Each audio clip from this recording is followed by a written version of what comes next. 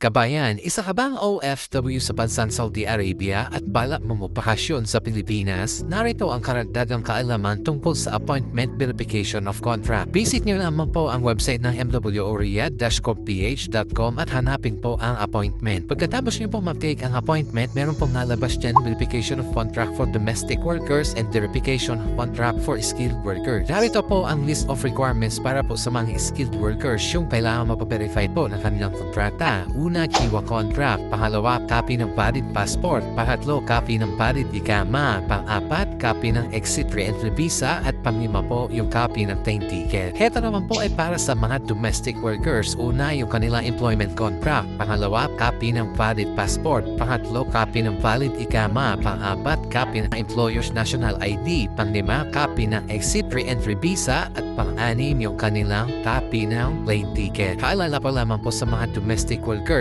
pwede po sa employer ninyo ang mapaverify po ng inyong kontrata. Ito naman po ay para sa mga OFW na gustong mag-renew na kanilang OWA membership. Una po, kailangan ng OWA membership form. Pangalawa, copy ng valid passport. Pangatlo, copy ng valid ikama. At saka pang-apat po, kung wala ang verified contract, pwede po yung active upshare account. Paalala ko lamang guys, sa mga OFW na kinakailangan pong ipa-verify ang kailang kontrata, ipa-verify muna sa MWO bago po kayo mabakasyon sa Pilipinas.